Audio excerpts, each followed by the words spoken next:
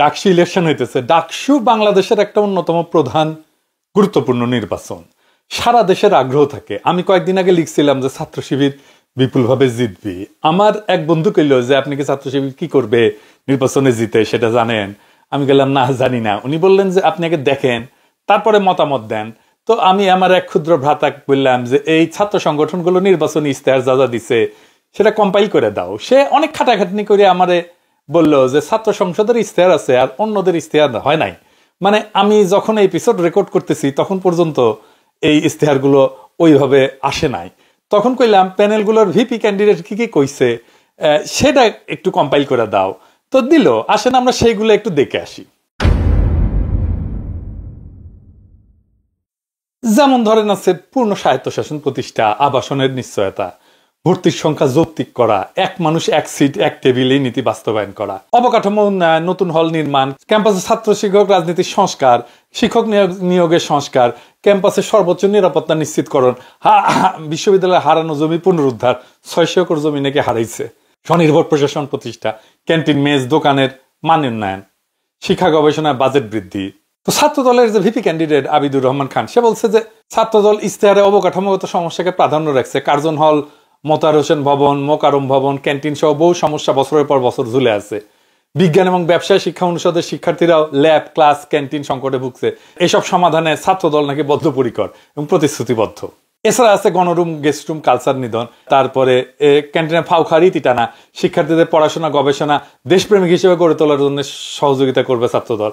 পরিপূর্ণ আবাসন ব্যবস্থা নিশ্চিত করা হবে। ছাত্র শিবিরের ডাকসু নির্বাচনে ভিপি প্রার্থী সাদিক কায়েম ইস্তেহারের মূল বিষয় নিয়ে বলছে যে শতবর্ষ পূর্ণ হইলে ঢাকা বিশ্ববিদ্যালয়ে এখনো 100% আবাসন নিশ্চিত হয়নি। নির্বাচিত হলে ধাপে ধাপে প্রত্যেকটা শিক্ষার্থীর জন্য আসন নিশ্চিত করা হবে। নারী শিক্ষার্থীদের জন্য নিরাপত্তা জোরদার, লাউঞ্জ, অনাবাসিক শিক্ষার্থীদের প্রবেশের ব্যবস্থা, তারপরে ক্যান্টিন, হাইজিন সুবিধা উন্নত করা, রাত্রের জরুরি চিকিৎসা এবং নারী বিশেষজ্ঞ ডাক্তারের নিয়োগ, নারী শিক্ষার্থীদের জন্য ডে কেয়ার সেন্টার, সংখ্যালঘু শিক্ষার্থীদের অধিকার রক্ষায় প্রশাসনের সঙ্গে যৌথ উদ্যোগ। অধিকার বলতে কি বুঝাইতেছে তা বুঝলাম না। যাই হোক, আব্দুল কাদের এই যে বাকশাসের যে ডাকসু ক্যান্ডিডেট কাদের ইস্তেহারের মূল বিষয় নিয়ে বলছে যে আমাদের স্লোগান হবে 1 স্টুডেন্ট 1 সিট। আমরা 100% আবাসন নিশ্চিত করব, গণরুম, গেস্ট রুম প্রধানের উত্তরে বন্ধ করব। তো এই এপিসোড এইটি হইতে হইতে আরেকজন দিছে তন্নি, আমি ওই প্রসঙ্গে পরে আসবো। ওইটা বেশ সে খুব ভালো লিখছে, এটা আমাদের প্রশংসা করতেই হবে। আমি ওই প্রসঙ্গে পরে আসতেছি। যাই হোক, আরো অন্যরা দিতে পারে, তবে আমার আলোচনাটা একটা জেনারেল আলোচনা। ঢাকা বিশ্ববিদ্যালয়ের ভবিষ্যৎ ছাত্র নেতৃত্বের কাছে প্রত্যাশা হিসাবে আমি নিজেও ছাত্র সংসদে ছিলাম, জিএস হিসাবে রাজশাহী মেডিকেল কলেজে ইলেকশন করছি, বিপুল ভোটে জিতছিলাম। যাই হোক, যদিও বিশ্ববিদ্যালয় না, তবু আমার সেই অভিজ্ঞতা তো আজকে আমি শেয়ার করতেই পারি। এই ডাকসু নির্বাচন এখনো পর্যন্ত জাতীয়ভাবে গুরুত্বপূর্ণ কিছুর কথা বলে নাই। তাই দেখতেছেন যে ডাকসু নির্বাচন নিয়ে জনগণের আগ্রহের পারদ ক্রমাগত কমতেছে। আসেন আগে দেখে নিই ছাত্র সংগঠনগুলোর দাবির দুর্বলতা নিয়ে।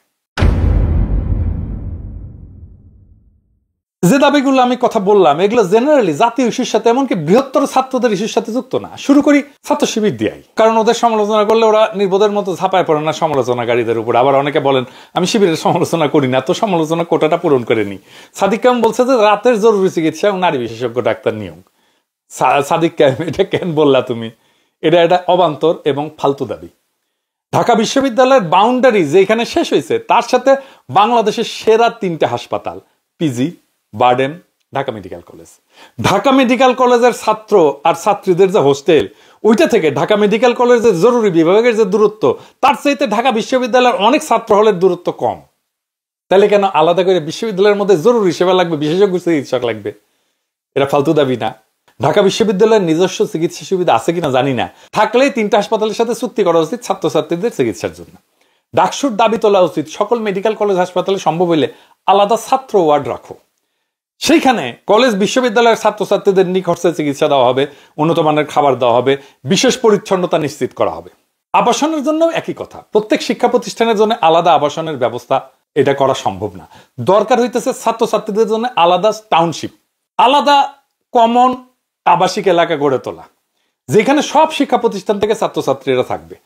সেখান থেকে গণপরিবহনে যেন ছাত্ররা আসতে পারে কলেজ বিশ্ববিদ্যালয়ে, সেই ব্যবস্থা করতে হবে যেন এগুলো মেট্রো স্টেশনের আশেপাশে হয়। আমার শিক্ষা প্রতিষ্ঠানের মধ্যে আবাসন থাকতে হবে, এটা কোনো প্র্যাকটিক্যাল সমাধান না। প্যারিসের সরবনে যেটি আমি পড়েছি 55,000 ছাত্রছাত্রী পড়ে, নিজস্ব আবাসন নাই। ঢাকা বিশ্ববিদ্যালয়ে 40,000 ছাত্রছাত্রী নিয়ে হিমশিম খায়। তবে এটা সরকারকে করতে হবে, যে ছাত্রদের জন্য টাউনশিপ, সকল ছাত্রদের আবাসনের ব্যবস্থা করা সরকারের কাজটা খুব এফিসিয়েন্টলি করা যায়, নন প্রফিট বেসিসে করা যায়। আর এইটা নিয়ে ডাকসুর কিছু করার নাই।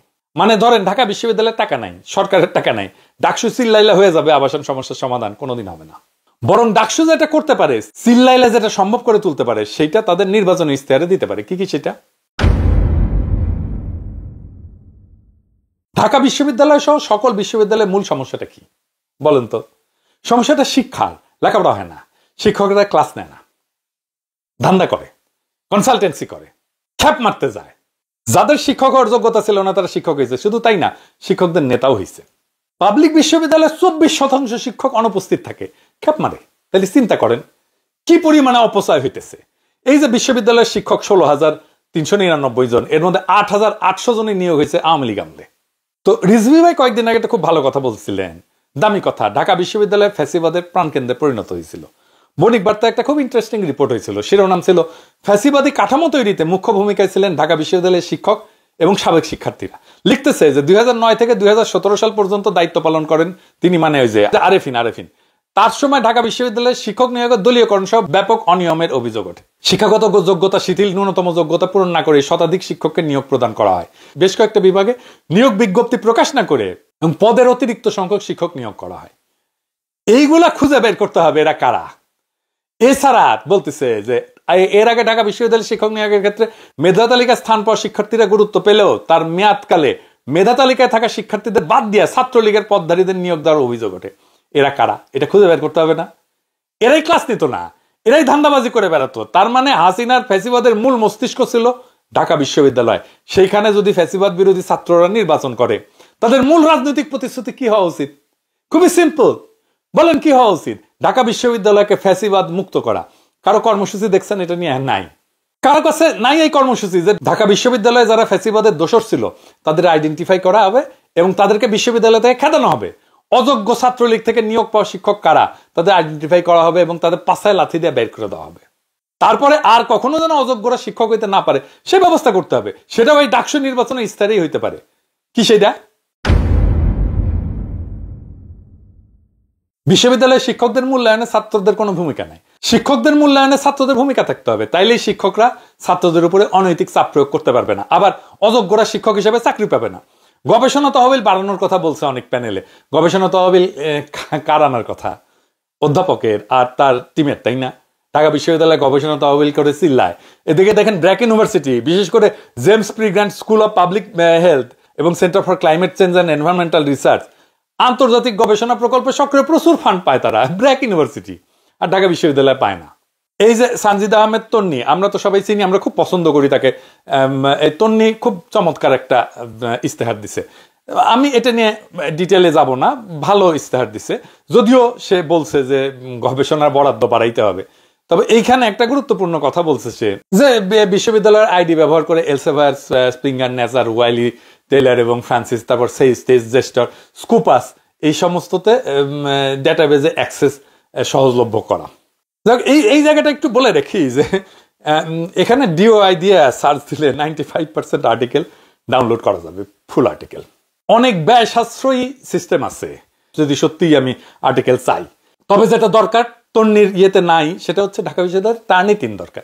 এটা এমন একটা মেশিন যে কেউ কোথাও কিছু লিখেছে কিনা সেটা মুহূর্তে ধরে ফেলা যায়, মানে কেউ চুরি করে গবেষণা কাজ করলো কিনা। এটা ছাড়া কিন্তু গবেষণা হয় না। 2021 সালে ইউজিসি এটা কেনার সিদ্ধান্ত নিয়েছে, আজও পর্যন্ত এটা কেনা হয় নাই। দেখে অনেক কিছু করা হয়েছে, এটা কেনা হয় না। গবেষণায় যে কি পরিমাণে চৌর্যবৃত্তি হয় তার কোনো হিসাব নাই বাংলাদেশে। ফুকন লেখা থেকে চুরি করে রিসার্চ পেপার লিখেছিল। আবার সাদেক আলিমের বিরুদ্ধে অভিযোগ আছে চৌর্যবৃত্তি। বাহাউদ্দিনের বিরুদ্ধে গবেষণায় চৌর্যবৃত্তির অভিযোগ আছে। মোবাশ্বের মোমেনের বিরুদ্ধে আছে। কতগুলা কব আর। এমনকি ডক্টর ঈশানী চক্রবর্তী এবং জোবায়দা নাসরিন এই কাজ করেছে। জোবায়দা নাসরিন তো বড় বড় বাক্য ঝাড়ে, তাও চৌর্যবৃত্তি করেছে।